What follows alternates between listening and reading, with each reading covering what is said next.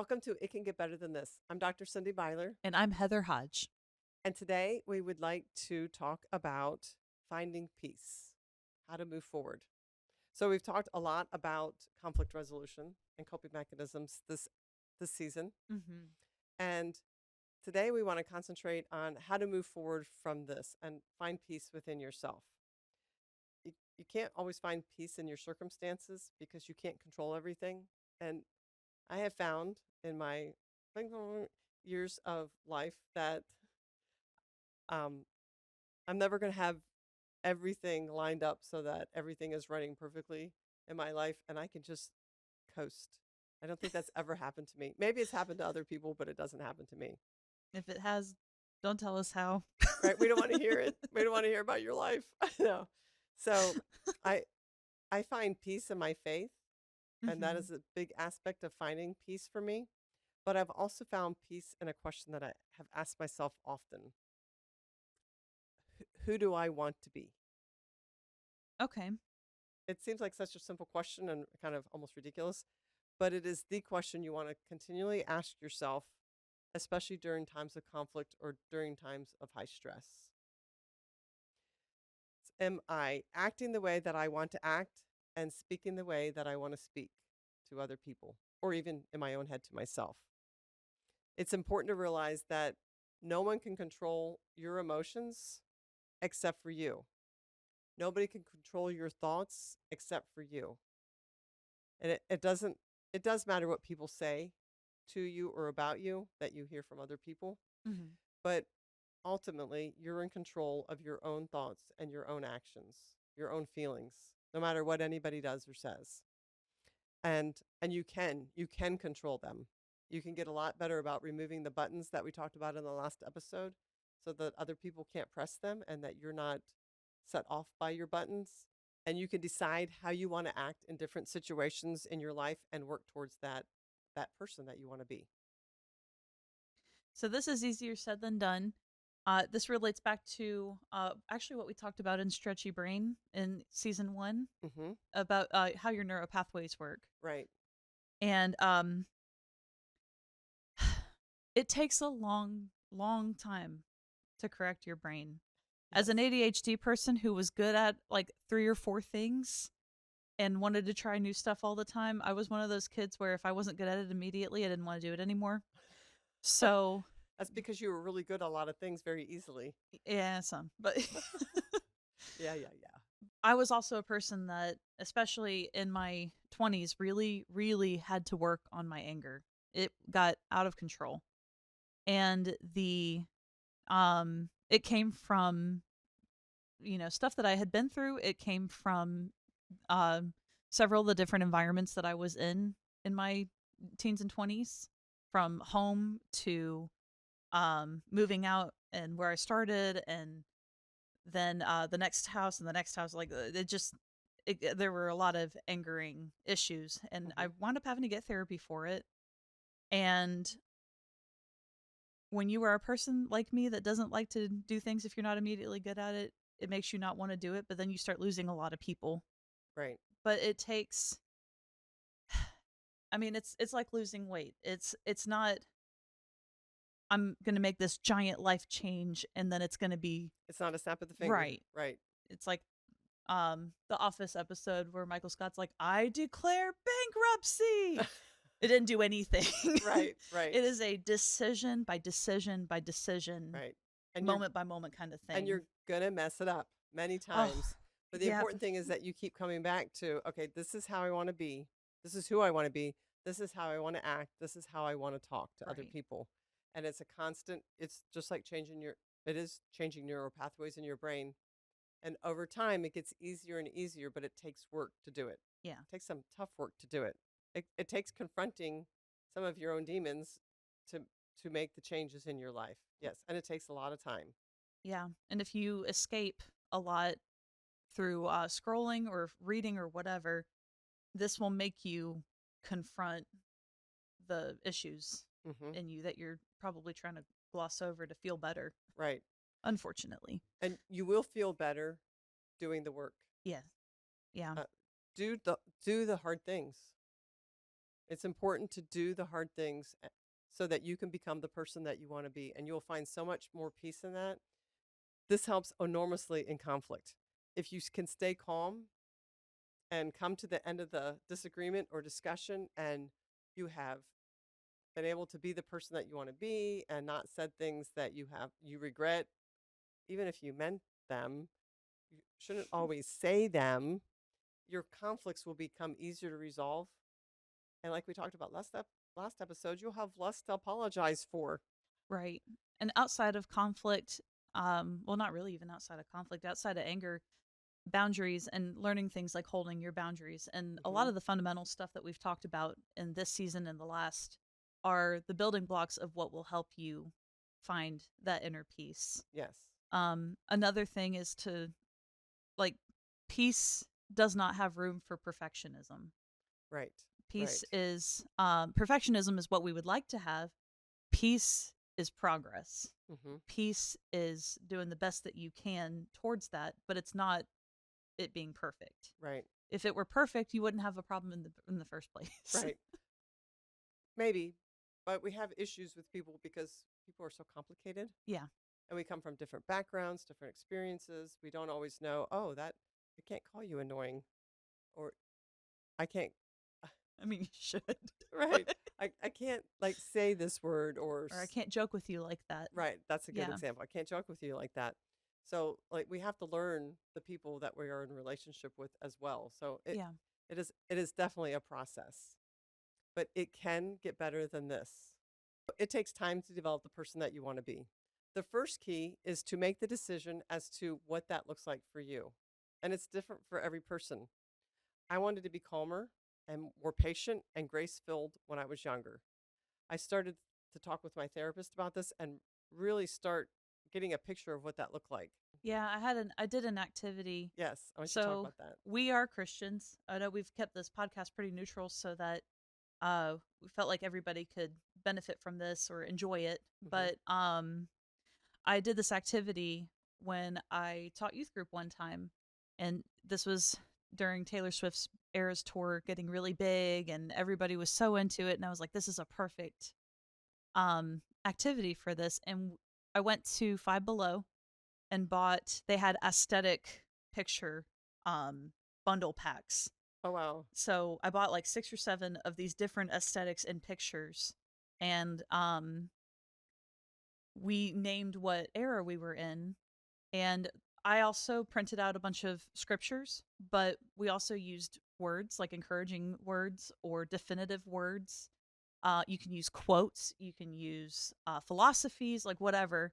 Hmm. Print them out, and we cut them out. And I said, I want you to pick what you're feeling right now, like what really resonates with where you're at right now. And they grabbed a bunch of the pictures. Some of them only grabbed one, and that was like, really, that's it? But okay, whatever. That's That's all you want to fine. be? and they found, scriptures, or I mean, again, you could use words or quotes or statements, whatever, Hmm. and things that really resonated with them in that too.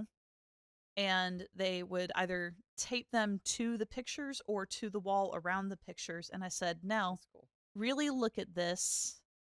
You pray or meditate and really think through, what era are you in right now. This was like a lot of people were saying things like, I'm in my villain era, or I'm in my studious era. I've heard that one a couple of times. That one was Right. my favorite. I thought that was funny. Yeah.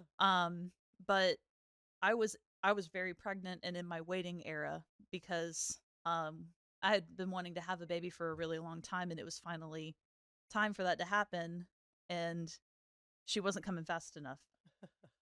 Like, everything was fine. She wasn't coming fast enough for me. Wait, so She was you were fine. pregnant at the time Yeah. and she wasn't coming fast enough? Like, I missed her. Like, oh, okay. I missed a baby I had never met.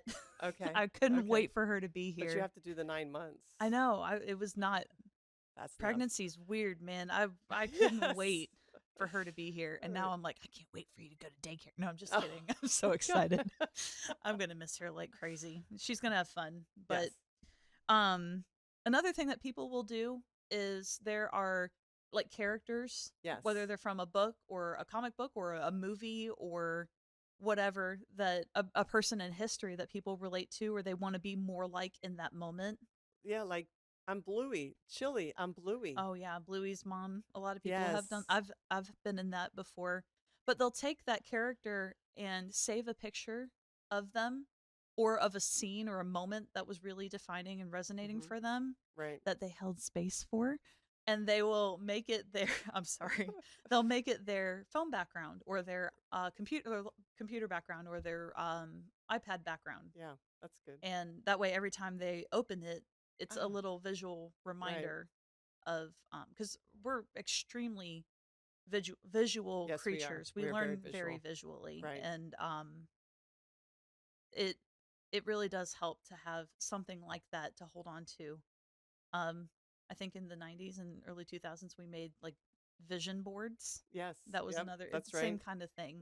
That was a lot of what I want to do and Gotcha. Okay. and succeed at more than I didn't see a lot of vision boards about who I want to be. Maybe there Oh were, but I wow. didn't see a lot Okay. of visions boards of who I want to be. Yeah. I have two adopted moms, Hmm. Aunt Bonnie, who is now my godmother, and Nana, the kid's Nana. I call her mom. It's Mary Carabello. And I when the kids were really young, I always thought I wanted to be Nana, Mary. Um, she would I talked about this last season in one of the episodes. I think it was the first one, I think, Hmm. and how she was so nice and so patient with the kids, and I really wanted to emulate a lot of those. I realized later that I don't want to be completely that sweet, but I need somebody in my life like that because I'm very sarcastic and have a dark sense of humor a lot. I don't want to be analyzed for that. Okay. And then I have Aunt Bonnie, who is Feisty. feisty and sassy and says what she thinks and Hmm. absolutely hysterical. And I'm like, I want to be a combination of both of those. So constantly we have a joke about one of them, the angel and the devil on your shoulder. You see in the cartoons. Bonnie's the devil and Mary's the angel. I can't remember That's which funny. shoulder it is at the moment, but I always wanted to be a blend of the two of them.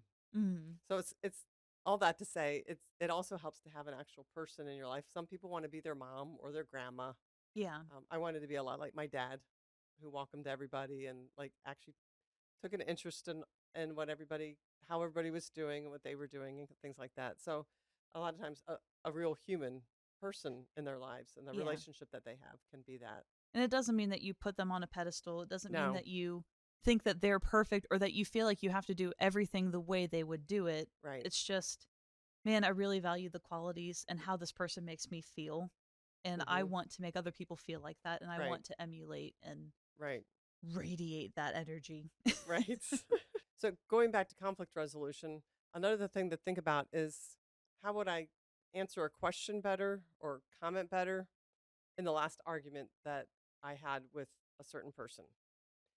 And how would I want to feel after that conflict was resolved? Hmm. So instead of reacting to what they have said to me in my anger, being able to calm down and think through what's going on or having thought ahead and knowing how I feel about this and how I want to respond, being able to answer the way that I want to be, the way that I want to answer as my best self, so that when the conflict is done, I have I can come away from that conflict and I have been the person that I really want to be.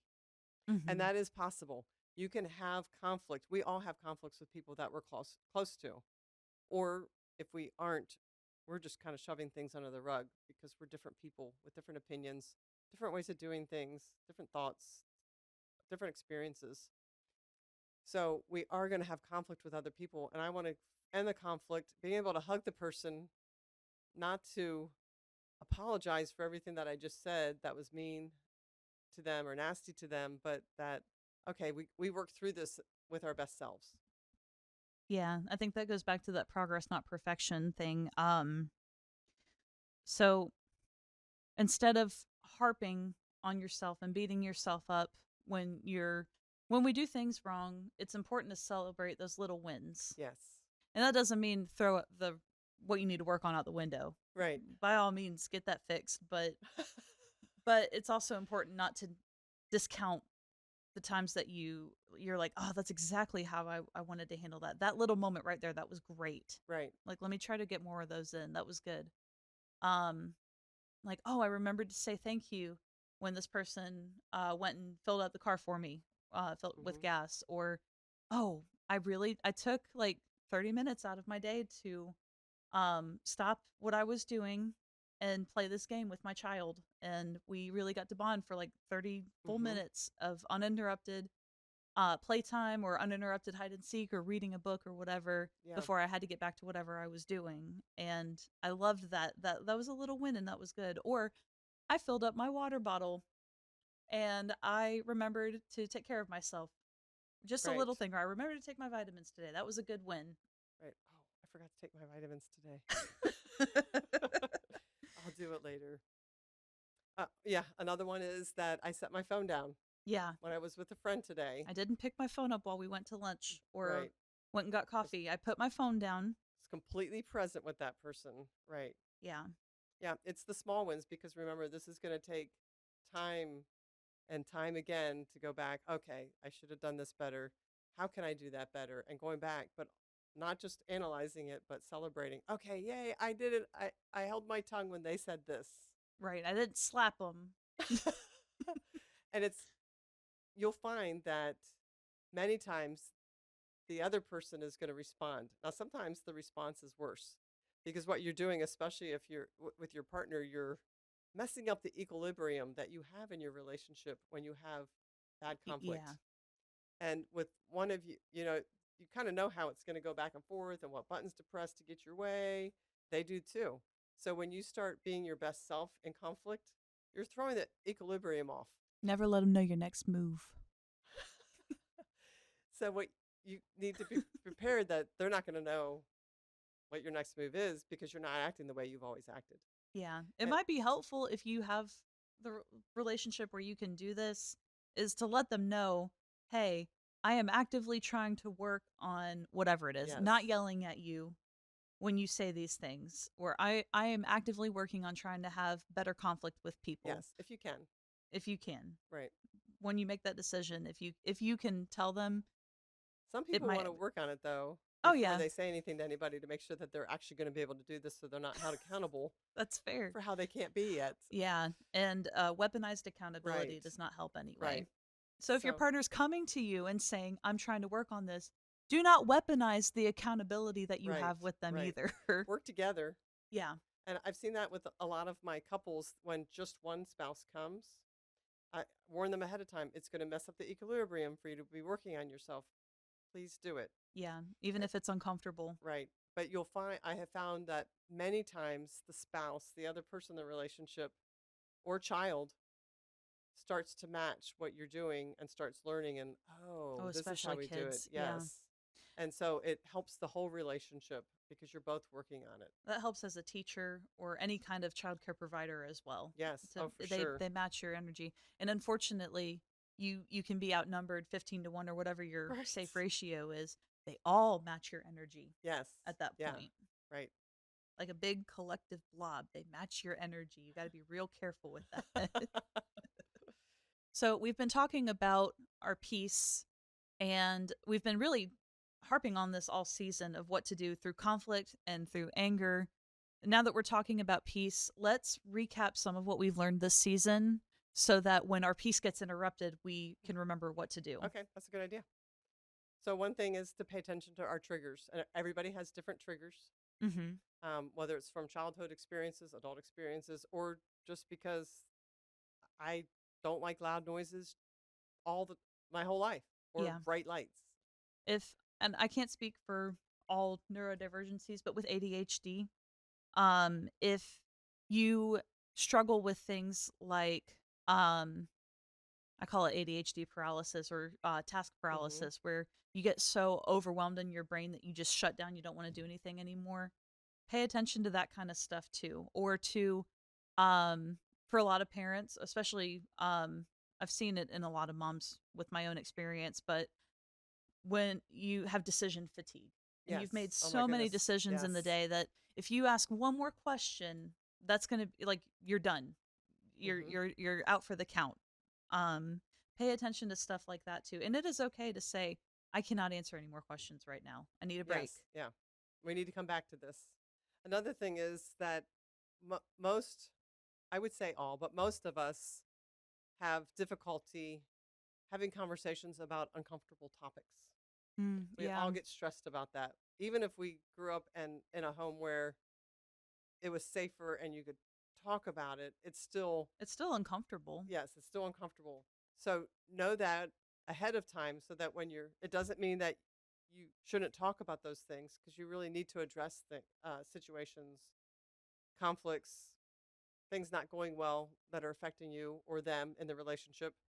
Um, but recognize that your heart might be beating a little faster, your adrenaline might be up, Your mouth might feel dry. That's another. right? So that you're already in the fight, flight, freeze, or fawn mode. Good job. You got it. Oh, whoa.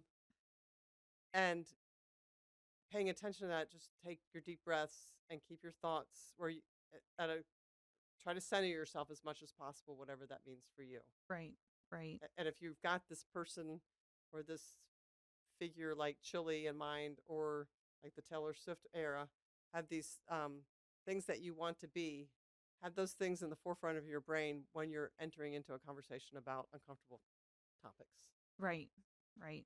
So when you've gone through those automatic responses of your trigger, that anger or whatever, or you're right before that and you're trying to figure out what to tell your body to do next, remember when you're triggered, you have those coping mechanisms. We had an episode this season where we talked about that, Right. episode 2. And you can do things to help yourself when you're in that moment. If you need to ground and you don't have the mental capacity to do the 5 things that you see, 4 things you hear, all that stuff, you can stand up, put your hands on the wall, and literally feel grounded, like physically feel grounded. Breathing exercises, breathing in for 8, counting to 8, holding your breath for 4, breathing out, counting for 8. Right. That can help. Pay attention to these clues and these situations so that you can catch it early and still hang on to your peace. Yes. Yeah. And catch your body cues. Very important to pay attention to your body. Yeah. Because your body gives you cues all the time. If you're dehydrated, you need to stop and take a break. Yeah. Or you need food. Like, pay attention. Or somebody has just said something that's like jolted you or Right. triggered you. So that pay attention, because your body's always giving you cues so that you can be your best self. You can act the way that you want to act. You can be the person that you want to be. And if you have the ability to tap out of wherever you're at and take a minute to just breathe or sit in silence for a minute, there's a lot of stuff out there now. People upload frequency videos on YouTube, so you can look up like good frequency for ADHD. And when I have the ability to tap out, I will go sit in a room in silence and just have that frequency playing. Yeah. There's also apps now that help with, like, calm you down and help you to find some peace within your body and your brain. Yeah. And those are proven to be very effective for a lot of people. I'm on, and we're not getting sponsored for this, but I'm on the Finch app. Okay. And I'm on the free version because, we're not paying for anything we don't need to in this economy. But Right. I have the app has a first aid kit when you're not doing good, because every time you Cool. get on it, it asks how you're doing, and it has little smiley face to frowny face to a flat face. And when you're anything less than happy, it has a first aid kit for grounding exercises, breathing exercises, and stuff. And I am on that thing a lot. Yeah, It especially helps with a an lot. 18-month-old. Yeah, Yes. Yes. with a little baby. With a little baby. So that's our episode on peace. And this was actually our last episode in season 2. So we thank you for joining us and being a part, and hope that you're enjoying the episodes. If you have anything you would like us to talk about, please leave some ideas or some topics in the Yes. comments. If this podcast has been helpful to you, please let us know. We would love to get your feedback in general about what we could do better, or what we're doing right, especially what we're doing right. Yeah, I don't want to please. hear what we could do better. We're new I at can this. hear it is okay. I just won't look at the comments. But we've really been enjoying this process. It's been a lot Yes. of fun. And we're hoping that So it's helping you as well. season 3 should be out in a few weeks, and we will see you Okay. soon. All right. Bye. Take care. Bye.